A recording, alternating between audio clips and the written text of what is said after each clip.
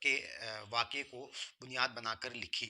یہ مثنوی اپنے زمانے کی اہم ترین مثنوی مانی جاتی ہے۔ اس کے علاوہ غواصی اس زمانے کے اہم ترین شعراء میں شامل ہیں جن کی مثنوی سیف الملوک و بدیع الجمال اور طوطی نامہ خاص طور پر مقبولیت کی سرحدوں کو چھوتی نظر آتی ہیں۔ اس کے علاوہ ابن نشاطی نے ایک فارسی قصے کو بنیاد بنا کر پھول بند کے نام سے اسے مثنوی کی صورت میں پیش کیا۔ یہ بیجاپور اور گولکنڈہ کے زمانے کی جو اہم مثنویاں ہیں اس کے بارے میں ہم نے آپ کو بتایا ہے۔ اس کے بعد کا جو زمانہ تھا وہ شعرائے دہلی کے حوالے سے یاد رکھا جا سکتا ہے۔ شعرائے دہلی میں جو اردو کا کلاسیکل دور ہے اس زمانے میں جو اہم ترین مثنویاں لکھی گئیں ان میں میر تقی میر، میر اثر اور میر حسن کے نام قابل ذکر ہیں۔ میر تقی میر کی 2 مثنویاں دریائے عشق اور خواب و خیال خاص طور پر قابل ذکر ہیں۔ یوں تو میر نے 37 مثنویاں لکھی لیکن ان کی چند مثنویوں نے خاص طور پر شہرت حاصل کی۔ اس کے علاوہ خواجہ میر درد کے چھوٹے بھائی میر اثر نے بھی خواب و خیال ہی کے نام سے ایک مثنوی لکھی جو بہت مقبول ہوئی۔ اس کے علاوہ جو اردو میں مثنوی کا سب سے بڑا نام ہمیں نظر آتا ہے وہ میر حسن کا ہے۔ میر حسن نے یوں تو 13 مثنویاں لکھی لیکن ان میں سے ایک مثنوی نے ایسی شہرت حاصل کی جو اردو کی بہترین مثنوی کہلائی جاتی ہے۔ اس مثنوی کا نام سحر البیان ہے۔ میر حسن کی مثنوی سحر البیان کے بارے میں آگے مزید تفصیل سے بات کریں گے۔ لکھنؤ میں مثنوی کے جو ہمیں آثار نظر آتے ہیں اس میں غلام ممدانی مصطفی کی مثنویاں قابل ذکر ہیں۔ اس کے علاوہ جرت نے بھی مثنویاں لکھی۔ مصطفی کی مثنوی بحر المحبت میں انہوں نے دریائے عشق ہی کو دوسرے انداز میں نظم کیا۔ اس کے علاوہ گلزار شہادت ان کی اہم مثنوی مانی جاتی ہے۔ اس کے علاوہ سعادت یار خان رنگین نے بھی ایک مثنوی دل پذیر کے نام سے سحر البیان کا جواب لکھا۔ اسی زمانے کی لکھنوی تہذیب کے حوالے سے جو اہم ترین مثنوی ہمارے سامنے آتی ہے وہ دیا شنکر نسیم کی گلزار نسیم ہے۔ گلزار نسیم کو بلا شبہ سحر البیان کے بعد دوسری اہم ترین مثنوی کا درجہ حاصل ہے۔ نواب مرزا شوق کی 3 مثنویاں بہار عشق، زہر عشق اور فریب عشق بھی بہت مقبول ہوئیں۔ ان مثنویوں میں زہر عشق کو اردو کی بدنام ترین مثنوی بھی قرار دیا جاتا ہے۔ اس کے علاوہ ایک مثنوی لذت عشق کو بھی نواب مرزا شوق سے منسوب کیا جاتا ہے لیکن یہ مثنوی نواب مرزا شوق کے بھانجے آغا حسن نظم کی ہے جنہوں نے لذت عشق کے نام سے مثنوی لکھی۔ ناموں کی مماثلت کی وجہ سے لذت عشق کو بھی نواب مرزا شوق کی مثنویوں میں شمار کر لیا جاتا ہے جو کہ غلط ہے۔ واجد علی شاہ جو سلطنت اودھ کے آخری نواب بادشاہ تھے وہ بھی شاعری کے حوالے سے خاص طور پر شہرت رکھتے ہیں۔ انہوں نے کئی اہم مثنویاں لکھیں، ان میں افسانہ عشق جو ڈرامائی صورت میں بھی پیش کیا گیا۔ اس کے علاوہ بحر الفت اور حزن اختری واجد علی شاہ کی اختر کی اہم ترین مثنویاں ہیں۔ 1857 کی جنگ آزادی کے بعد جب انگریزوں کا غلبہ ہوا اور انگریزی ادب کے اثرات اردو شاعری میں شامل ہوئے تو آہستہ آہستہ مثنوی کا رجحان بھی کم ہونے لگا۔ اسی کے ساتھ ساتھ دیگر جو نظم کی دیگر حیتیں ہیں ان میں زیادہ نظمیں لکھی جانے لگیں۔ جدید نظم کے زیر اثر بھی مثنوی کو زیادہ فروغ حاصل نہ ہو سکا لیکن اس کے باوجود بعد کے کچھ شعراء نے مثنوی میں خاص طور پر اظہار خیال کیا ہے۔ اس میں علامہ اقبال نے اپنی مثنوی ساقی نامہ میں مثنوی کی حیت اختیار کی۔ اسی طرح حفیظ جالندھری نے اپنی طویل ترین اہم نظم شاہ نامہ اسلام کے نام سے مثنوی کی حیت میں لکھی۔ ابھی تک ہم نے اردو میں مثنوی نگاری کی تاریخ کو بہت ہی مختصر انداز میں پڑھنے کی کوشش کی ہے۔ اب ہم اردو میں کی بہترین مثنویوں سحر البیان اور گلزار نسیم کے حوالے سے تفصیل سے بات کرتے ہیں۔ جی ناظرین، تو اب ہم اردو کی 2 اہم ترین مثنویوں سحر البیان اور گلزار نسیم کے بارے میں پڑھیں گے۔ سحر البیان میر حسن کی مثنوی ہے جو 1784 میں لکھی گئی۔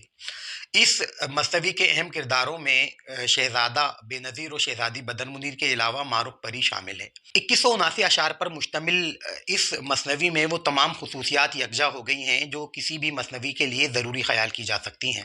قصہ پن کے فساد، ترتیب و ربط، شاعرانہ صفات، تہذیب اور معاشرت کی اثر انگیز تصویریں، مکالمہ نگاری، کردار نگاری اور زبان و بیان کی خوبیوں سے مزین یہ مثنوی اردو کی اہم ترین اور خوبصورت ترین مثنوی سمجھی جاتی ہے۔ میر حسن نے اس مثنوی میں تہذیب و معاشرت کی جو عکاسی کی ہے وہ لاجواب ہے۔ اس کے علاوہ اس زمانے کے رسم و رواج اور دیگر جو معاملات ہیں، تہذیب و ثقافت ہے، اس کو بھی بڑی تفصیل کے ساتھ اس نظم میں مثنوی میں بیان کیا ہے۔ اس اعتبار سے سیر البیان کا درجہ بہت بلند ہے۔ اس مثنوی میں سادگی اور روانی اور لطیف اور با محاورہ زبان کے ساتھ ساتھ ایسی برجستگی اور فطری بے ساختگی ہے جس نے سحر البیان کو اردو کی بہترین مثنوی بنا دیا ہے۔ سحر البیان کے علاوہ بھی اردو میں ایک اور مثنوی ہے جسے اردو کی بہترین مثنویوں میں شمار کیا جا سکتا ہے۔ وہ مثنوی گلزار نسیم کے نام سے پنڈت دیا شنکر نسیم نے 1838 میں لکھی۔ پنڈت دیا شنکر نسیم 1811 میں پیدا ہوئے اور 1845 میں ان کا انتقال ہوا۔ پنڈت دیا شنکر نسیم آتش کے شاگرد تھے، لیکن ان کی شاعری میں ناسخ کی طرز جدید کا اثر نمایاں ہے، اس لیے ان کی شاعری میں جذبہ و احساس کی بجائے خارجیت کا غلبہ نمایاں طور پر نظر آتا ہے۔ انہوں نے مثنوی گلزار نسیم میں گل بقاؤلی کا قصہ بیان کیا ہے۔ گل بقاؤلی فارسی زبان میں عزت اللہ بنگالی نے لکھا، جسے اردو نثر میں فورٹ ولیم کالج کے لیے مذہب عشق کے نام سے نہال چند لاہوری نے نثر میں تحریر کیا۔ اسی قصے کو جب پنڈت دیا شنکر نسیم نے گلزار نسیم کے نام سے اپنی تمام شاعرانہ خصوصیات کے ساتھ پیش کیا تو اس مثنوی نے بہت شہرت حاصل کی۔ اس مثنوی کے اہم کرداروں میں گل بقاؤلی، تاج الملوک، راجہ اندر، وزیر زادہ بہرام خان اور روح افزا کے کردار قابل ذکر ہیں۔ اس مثنوی میں نسیم نے آتش کی مرصع سازی سے کام لیا اور اس مثنوی میں جذبات کا فقدان ہے، لیکن اس کمی کو انہوں نے جمالیاتی عنصر سے پورا کر لیا۔ گلزار نسیم میں پنڈت دیا شنکر نسیم نے آتش کی مرصع سازی کا استعمال کرتے ہوئے تمام مضامین کو تشبیہات اور استعارات کے پردے میں اس قدر لاجواب انداز میں پیش کیا ہے کہ پوری مثنوی صنعت کاری کا لاجواب نمونہ پیش بن گئی ہے، جسے کسی طور پر بھی نظر انداز نہیں کیا جا سکتا۔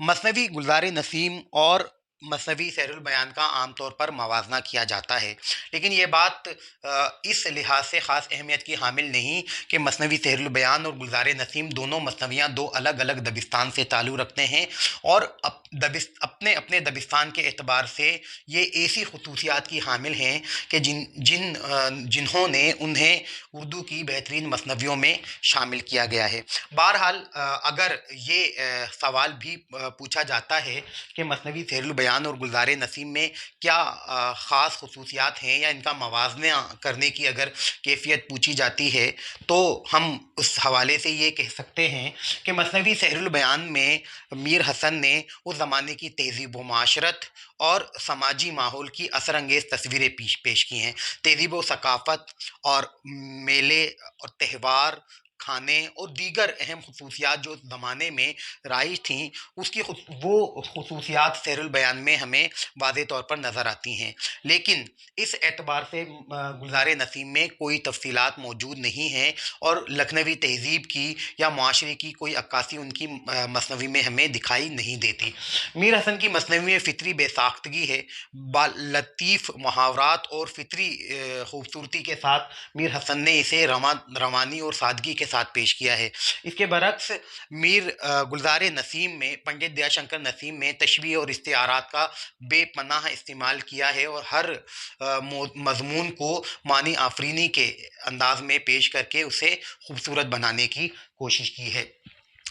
اگر ایک جملے میں یہ کہا جائے کہ میر حسن کی مثنوی سحر البیان حسن فطرت کی ترجمان ہے اور مثنوی گلزار نسیم کمال صنعت کا نمونہ، تو بے جانا ہوگا۔ مجموعی طور پر دونوں جو مثنویاں ہیں اپنی اپنی خصوصیات کے اعتبار سے لاجواب ہیں، جن کی کوئی اور نظیر ہمیں اردو ادب میں دکھائی نہیں دیتی۔ جناب، ایک بات یاد رہنے کی ہے کہ اردو میں مثنوی کا جو تاریخ ہے وہ لگ بھگ 1857 کے بعد ہمیں دکھائی نہیں دیتی۔ اردو میں مثنوی قدیم ترین اصناف میں سے ایک صنف ہے، اسی لیے اس کے بارے میں عام طور پر کم سوالات پوچھے جاتے ہیں، اور خاص طور پر اگر سوال پوچھا بھی جاتا ہے تو سحر البیان یا گلزار نسیم کے حوالے سے ہی پوچھا جاتا ہے۔ تو آپ پوری تاریخ کو سرسری طور پر دیکھنے کے علاوہ میر حسن کی سحر البیان اور پنڈت دیا شنکر نسیم کی مثنوی گلزار نسیم کے حوالے سے خاص طور پر آپ کو تیاری ہونی چاہیے کہ اس کے حوالے سے کچھ سوالات پوچھے جا سکتے ہیں یا موازنے کی کیفیت بھی یا خصوصیات بھی پوچھی جا سکتی ہیں۔ آج ہم نے اردو مثنوی کی تاریخ کے علاوہ اردو کی دو اہم ترین مثنویوں سحر البیان اور گلزار نسیم کے بارے میں تفصیل سے پڑھا ہے۔ میں امید کرتا ہوں کہ آپ کو یہ ویڈیو پسند آئی ہوگی۔ آپ اس ویڈیو کے حوالے سے اپنی رائے ضرور دیجیے گا۔ آپ کی رائے کی روشنی میں ہم اپنی ویڈیوز کو بہتر انداز میں آپ کے سامنے پیش کرنے کی جدوجہد جاری رکھیں گے۔ اس کے علاوہ ایک اور آپ کے لیے اطلاع ہے کہ جلد ہی اردو کے اہم ترین شعراء پر نہایت مختصر لیکچرز بھی بنانے کا عمل جاری ہے، اور بہت جلد آپ کے سامنے اردو کے اہم ترین جو شعراء ہیں ان پر مختصر لیکچر بھی پیش کیے جائیں گے، جو یقینی طور پر آپ کی تیاری کے لیے معاون و مددگار ثابت ہوں گے۔ میں امید کرتا ہوں کہ آپ ویڈیو کو لائک کریں گے، شیئر کریں گے، اور آپ اس چینل کو سبسکرائب کرتے ہوئے ہمارے ساتھ رہیں گے، تاکہ آئندہ آنے والی ویڈیوز کے بارے میں بھی آپ باخبر رہیں۔ اپنی رائے کا ضرور اظہار کیجیے گا، آپ کی رائے ہمارے لیے بہت قیمتی ہے۔ انشاءاللہ بہت جلد ایک نئی ویڈیو لے کر آپ کی خدمت میں حاضر ہوں گے۔ اس وقت تک کے لیے اللہ حافظ۔